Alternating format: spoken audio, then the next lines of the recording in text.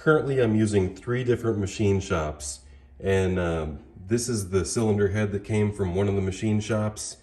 And I always load an intake camshaft, so because the intake camshafts seem to be the ones that get scoring the most. That's a separate subject.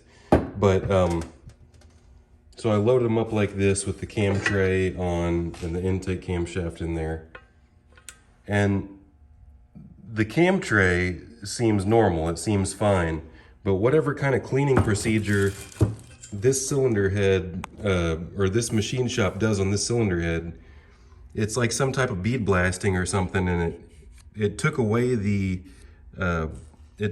bearing surface. This is gritty now.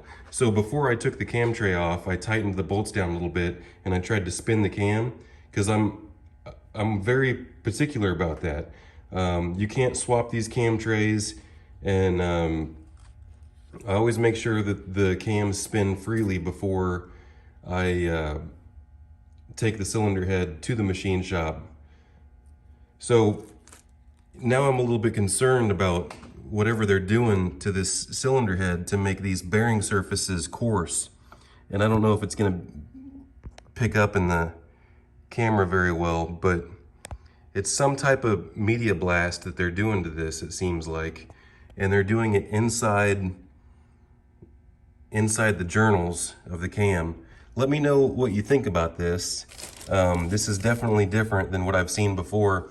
For instance, this is a different head. I mean, it's the same head. I work on the same engine, but this is what they're supposed to look like. They're supposed to look nice and shiny and glossy, and they're supposed to feel like a bearing.